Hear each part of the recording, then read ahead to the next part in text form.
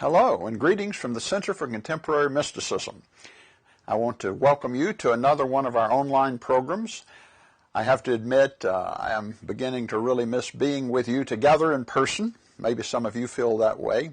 While we're grateful for this technological and video opportunity to be together, there's still something missing about coming together in person where we can be in each other's actual physical presence.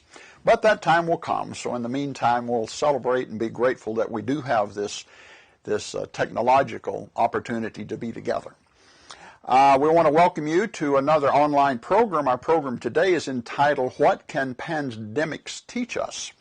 And we're excited to have back one of our co-founders of the center, the Reverend Clifford Cutler.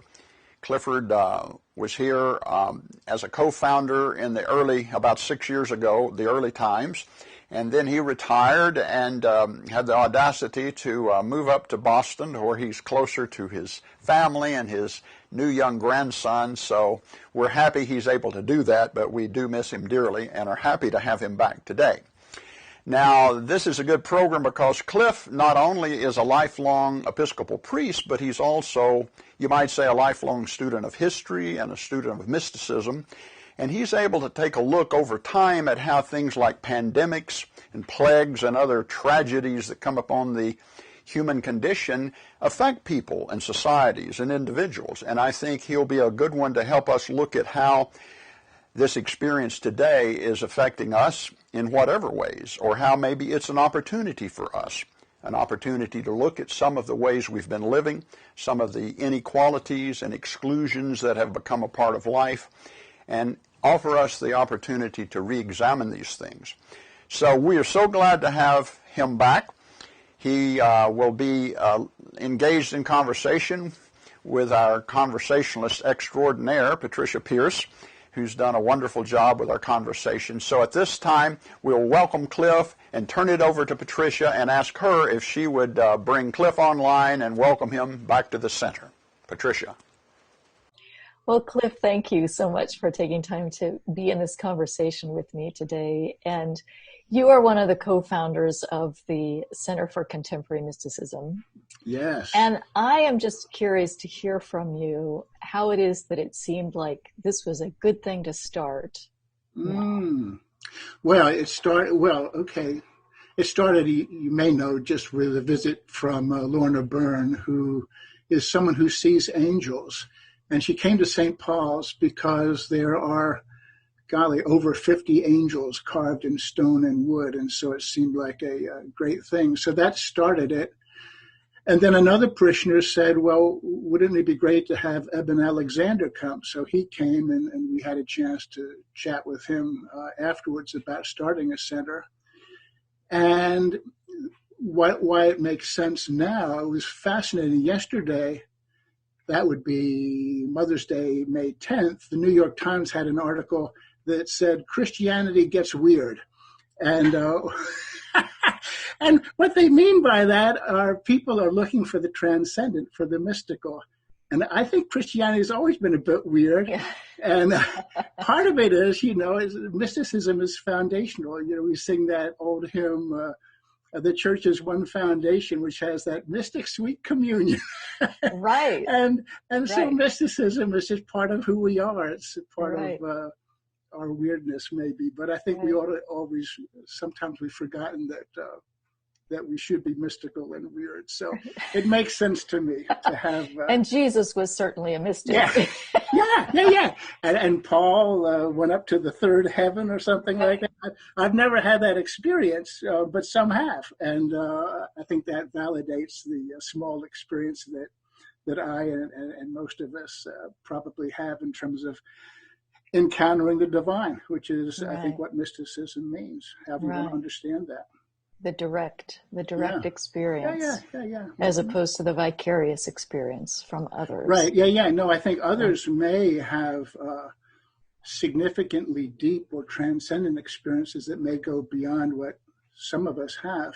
But I think it validates, I think the mystics say that we receive that direct experience of God in whatever capacity we have to receive it. And it may be in small ways or great. But I think those who are gifted with the capacity to go deep or go high validate the experiences of many others who have a direct but maybe less significant or impactful or experience. Mm-hmm. That's a weird way of struggling to find the right words. Yeah, and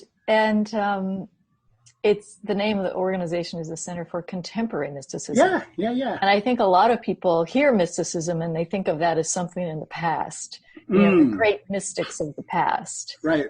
And that certainly has been a field of interest of yours. And one of the reasons I've really been looking forward to talking to you is you make that connection between world upheaval and pandemic and flourishing of mysticism.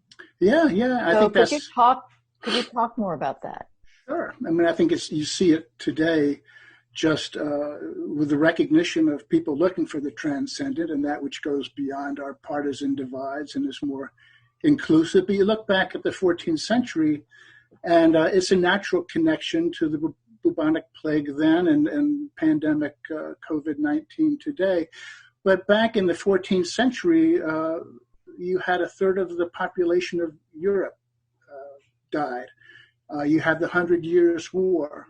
And then you have this flourishing or blossoming of mystics like Catherine of Siena in Italy and Julian of Norwich in England, among others, and in the Netherlands, Jan van Rijsbroek, Germany, Johannes Tauler, and all of them came about at this time and have a sense of God's calling them and people then and us today toward a greater sense of inclusion and a greater sense of equality, that we're all equally loved. Julian of Norwich said, Jesus is our true mother and who loves each one of us equally. I was talking to Susan Abulawa, who is a Palestinian-American author, novelist, and she had a number of her books for sale. And I said, which one should I get? And she said, oh, Cliff, it's like asking a mother to choose between her children. You can't do that. Jesus is our true mother, doesn't choose. Jesus loves all of us and equally. And I think that's part of the message then and needs to be heard today as well, so that we don't get those horrific shootings such as happened in Georgia, that each of us, no matter who we are, whatever our race, is equally loved by God. And then you have, I think all of them talk about just that we are all enfolded in God's love. We are all included. No one is left out of that love. So that was the message then. I think it's the message we need to hear today. And one of the things that I worry about is that we not snap back to the way things were before, where there has been and is terrific exclusion and prejudice and inequality. And we're not going to be able to enter into a new phase of life without being active. And so the 14th century mystics talked about activism, and it didn't matter to them. I think Johannes Tauler said, whether something small or large, we contribute to that creation or recreation of a world that's unblemished by exclusion. And Catherine of Siena said, we need to walk with 2 feet, love of God and love of neighbor, or fly with 2 wings, and we have to be active. It's not, there's nothing passive or quietistic about mysticism. So my hope is that we have this groundswell of mystics, even little mystics, who are actively in pursuit of God's call to a more inclusive and equally a world where each is loved equally by the true mother. Yeah. And you talk about a movement of grassroots mysticism, which is so beautiful. And I think, go on. Well, I think that's part of the genius of the Center for Contemporary Mysticism, is opening up and giving people a space where they can find their direct experience of the divine validated and supported and accepted. And so that kind of thing, I think, allows people to own their experience of the transcendent and what that means in their lives. Mm-hmm. Yeah, and I think of the mystical awareness or the mystical perception, whatever you want to call it, as that which is the direct apprehension of our interrelatedness and our interconnectedness, our interbeingness, as Thich Nhat Hanh would say. Yeah. And so it flows naturally then that inclusion and equality would be the natural fruits of that awareness. And it's not an idea at that point. It's not an idea in the mind or a moral imperative. Mm-hmm. It's the realization at a very deep level of one's being that my neighbor is myself. Like there is. Yes. I think Nhat Hanh's idea of interbeing is really important. Yeah. And there's nothing abstract about this. I think the abstract doesn't really call much from us. It's like believing in the good. But I think it's concrete, as you say. It's a direct encounter with the divine that actually does call forth something from each of us. And reveals, I think, the more starkly the ways in which the world we've created is out of alignment. Absolutely. With that reality. Mm-hmm. Oh, I think, you can see the pandemic reveals that, doesn't it? The sense of exclusion, of divide, of one being better or more privileged than the other is exposed by the pandemic. And it's one of the preconditions that makes it worse.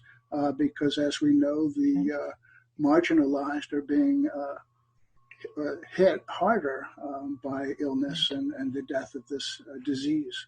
Right. Yeah. Yeah. Now, some have talked about, and I think you in a piece of writing that you did, talked about the threshold moment. The threshold moment. And in this feels, I think a lot of us are feeling like we're in the middle of a threshold moment, right? Where we're in between worlds, if you will, or worlds, I would say. Mm-hmm. And what you're saying is we're at this threshold. Let's make sure we don't step back. Yeah. I think that's right. Yeah, we don't want to snap back or step back into the way things were because we're being called forward into something new, into something that is greater. And thresholds are those in-between places, and they are sacred.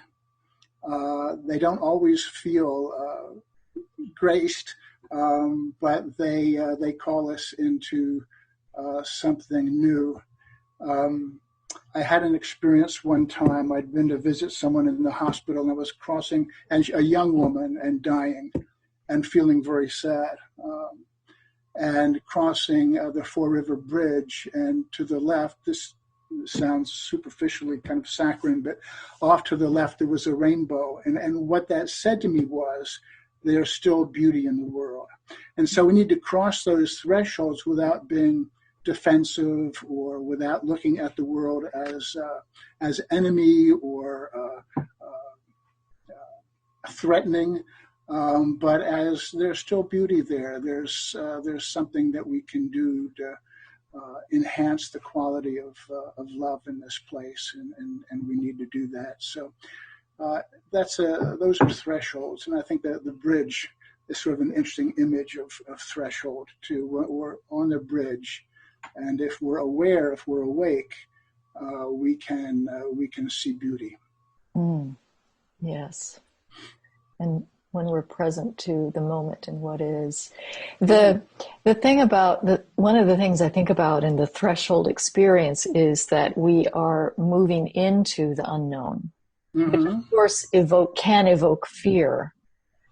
because we don't know. I mean, Right. and that's the state of our world right now. We're moving into a situation, a scenario that is unknown to us. Mm-hmm. And I think sometimes that's why we pull back and we go back to what we knew, even though it may not have been working.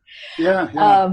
And so I think of being able to abide in the unknown as a big part of what is called forth from us, right. in these threshold moments. I think it's being able to hold within us the tension or the anxiety of not being in one place or the other.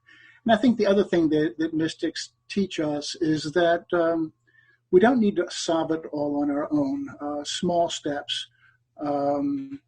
Johannes Tauler has a wonderful phrase that at these times fixity is broken, and we need to rely on God or the divine, and then we can begin to rebuild. One of my experiences with that was when I was a 20-year-old, and I was sitting in the living room and watching. It was in November, and the news of the My Lai massacre in Vietnam had just been put on the news television. I remember myself just being really churned up inside, and I just had to go out and take a walk. And it was whatever fixity was in my mind. And I think at that age, I felt like I was pretty much in control of things. As I walked, I had a sense of God's presence, and it wasn't any big booming voice or bright light, but just the sense that I wasn't big enough to uphold my own trust, that only God was big enough for that. And it's that kind of experience of being able to hand over a life, a situation to God, and that it doesn't all sit on our shoulders, and that that God's big enough to uphold our trust, and we can take that step forward. Yes. We don't have to figure it all out. We can live into it. Yeah. I think we have to. Yeah. If I had to figure it all out, we'd be in deep trouble. We'd be in. I could think of a stronger word than trouble. Yeah. So, getting back to this inclusion and equality that is core to the new world that wants to arise.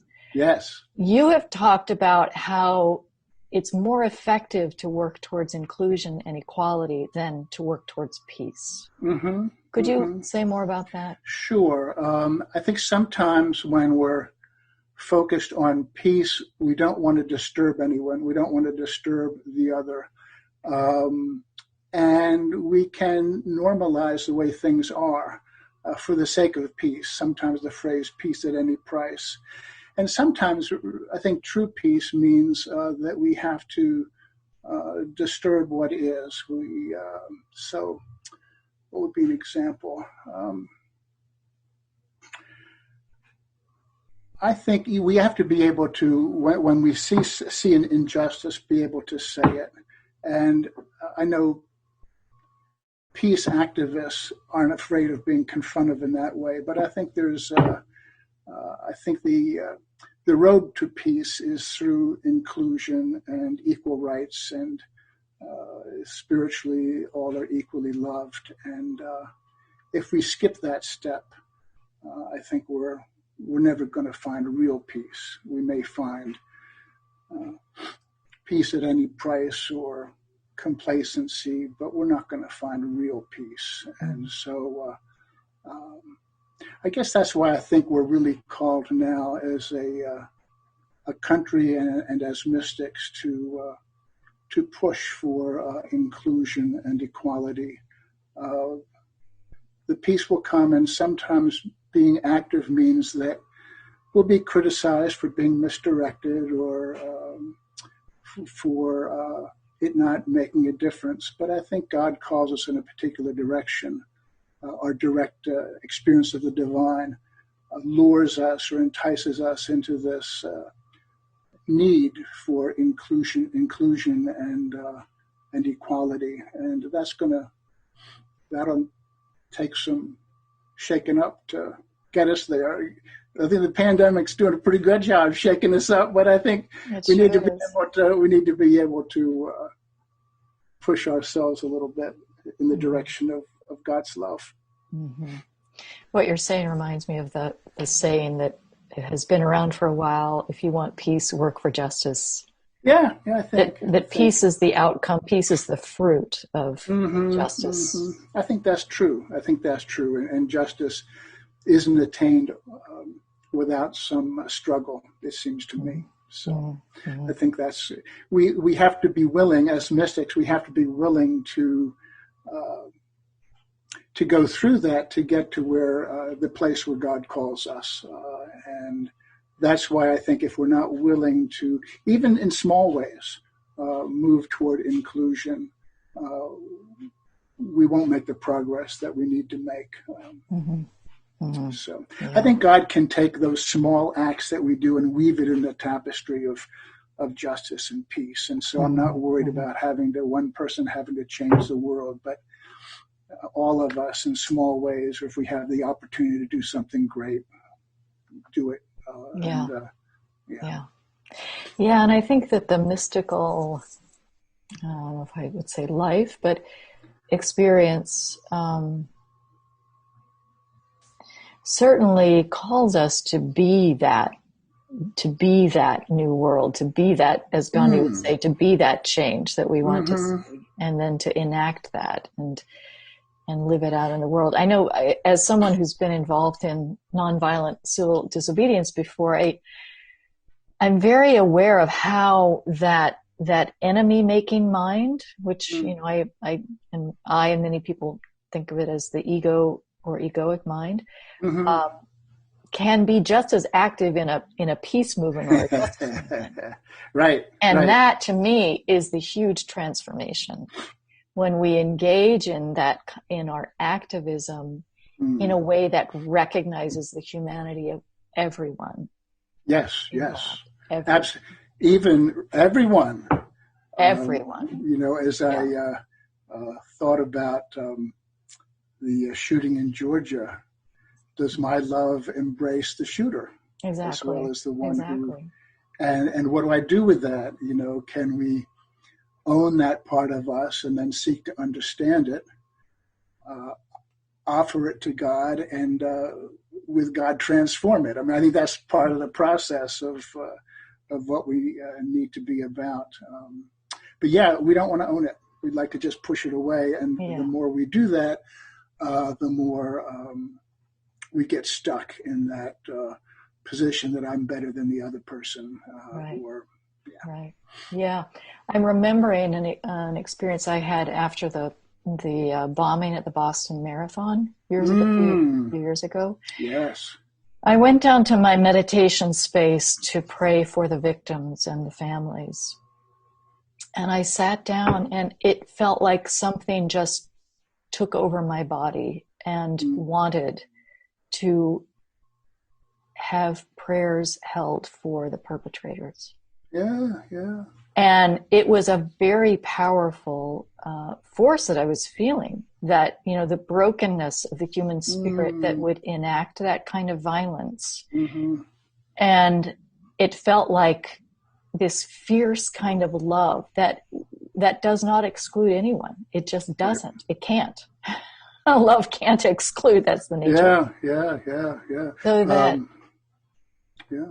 No, one of the mystics, I think it might have been Catherine of Siena, talks about God as, oh, you mad lover, you crazy lover. You kind of embrace everyone, and mad in the sense of, I think, passionate. And I think it's okay. This maybe gets back to the peace thing too.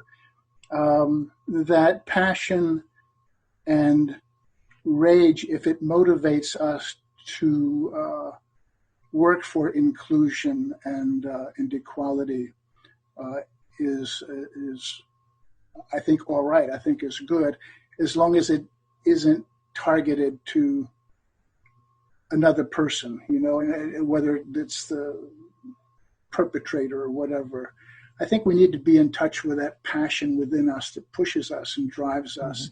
Maybe it's God's grace that drives us. And then the transcendent kind of pulls us in the direction of where the divine wants us to be. And I think it's in that sense of belonging to a larger community or the largest community, and that sense of all being equally loved. Mm-hmm. Yeah. Yeah. That rage that you're describing, sometimes the way I experience it is almost like a volcanic kind of an energy that is not about attacking or avenging or any of that. It's about changing the landscape, like a volcano does. Very good. This landscape has to be changed, and it's like this upwelling of energy that is intent on changing it. What a lovely Not attacking image. People, but changing the land. This landscape must be changed. Yes, I absolutely agree. Yeah. And Gerard Manley Hopkins talks about the inscape. And so the inscape needs to be changed as well as the landscape. Yes. In terms of, and what we were just talking about in terms of how we relate to people who are hard to relate to. Yes, absolutely. Absolutely. So when you think about, so here we are, we're in the middle of our own pandemic now, and we have no idea how long this is going to be going on, and it'll probably go in waves. In your ideal world, with this grassroots mysticism, in your ideal world, what is happening in this time as we are in the throes of this pandemic? Okay, well, we're at a threshold. The only way to step across that threshold is to act on what we are encountering in God, and in little ways and in small, in business, in our families, in our communities, how important it is for us to realize how loved each person is, and that there's no outcasts in terms of Jesus, our true mother, or God, our mad lover, that we are all embraced in that community. One of my first experiences of God, I must have been, and I wouldn't have been able to tell you it was a God experience at the time, but I was, I don't know, maybe 10 or 11, and there was a tree house in the backyard, and I'd climb up there and sit, or I'd sit on the back steps of the house, and I'd see the neighbor's yard and the hedges and the collie dog, and it was, this is my world, and I fit, I belong. And that sense of belonging to an inclusive community, a feeling as though you fit, is significant, is really important, and we're so, in many ways, far from that. And it's a spiritual experience in a sense. Again, I wouldn't have been able to describe it. If he asked me at the time, I would have just said it felt peaceful. But I think it's that kind of experience that's drawing us across the threshold. I don't know how you organize something like that. I think the Center for Contemporary Mysticism is one of the ways, and other groups across the country that acknowledge what's happening spiritually with us, overcoming the divisions, and the church can get in dividing as well as the best of them. I mean, part of what's been driving people away from the church is the parallel, the connection between church and political party, and church and discriminating against others. And we need to kind of be always aware of ourselves and aware of where God's calling us. And that's not in the direction of division, but in the direction of unity. All the mystics, when they talk about encountering God, it's an experience of unity. they contemplate the unity which brings them to the threshold of what we call a mystery. Yes, that experience of union. And as you were speaking there, Cliff, I thought about how that inclusiveness begins within each of us and including all aspects of who we are. And you touched on the rage, to recognize it. And because I'm very aware that any aspects of ourselves that we are rejecting, we are projecting. Yes, I think that's right. Yeah. So if we really want to live into a world that reflects inclusiveness, that world is going to be reflecting what the state within us. Yeah. So to do that, that inner exploration and to become acquainted with the parts of ourselves that we may have, pushed aside. Yeah. Well, and to see it as a friend, not foe. I mean, part of crossing the threshold is to discover a world that is beautiful and welcoming and something that we don't need to defend ourselves against, but we can enter into. And I think that's true with our own selves as well, is to kind of own the different, I love the phrase, just own the different parts of ourselves, even the parts that we wished weren't there. Own it and kind of try to understand it. Yep. And then offer it to God and transform it. And yes. But that's a lifetime work. There's things I'll be working on all my life. That's why we're here, right? Yeah, that's I think so. That's why we showed up on the planet. Yeah. All of things into the the reality of love, the energy of love, which transmutes them. It just does. It does. It transforms them. It's not anything that we have to do. And we need not be afraid of that, and can offer it up. Yes. Well, thank you so much. I've really appreciated hearing your perspectives on all of this and my pleasure. The threshold time that we're in and how we can really live into it. So thank you again, and be well. Namaste. Or as Mary Reed was, namaste. Namaste. Exactly. Thank you very much, Patricia. All right. Take care. You too. Bye-bye. Thanks so much, Cliff and Patricia, for that wonderful conversation. It's indeed joyful and hopeful to have the opportunity to take a look at what's going on today and ways in which this might be a portal through which we might begin to envision and bring into creation a new way of living together, not only those of us in our community or our country, but as citizens around the world. We are sisters and brothers to every living being around the world, and it might give us, hopefully, an opportunity to rethink how we're living that out. So we're so grateful to Cliff for being with us today. And also, we want to let you know we do have more online programs coming up every 3 or 4 weeks. Our next one will be with Cindy Smith, who's a member of the board. But she's also a lifelong person who's had a lot of mystical and psychic experiences. And she has received a number of teachings, you might say, that she would like to share with us. And we're going to be excited to hear what Cindy has to share at our next online meeting. So thank you so much for being with us, for being a part of the Center family. We wish you a wonderful few weeks ahead. May God bless you and be well. Namaste.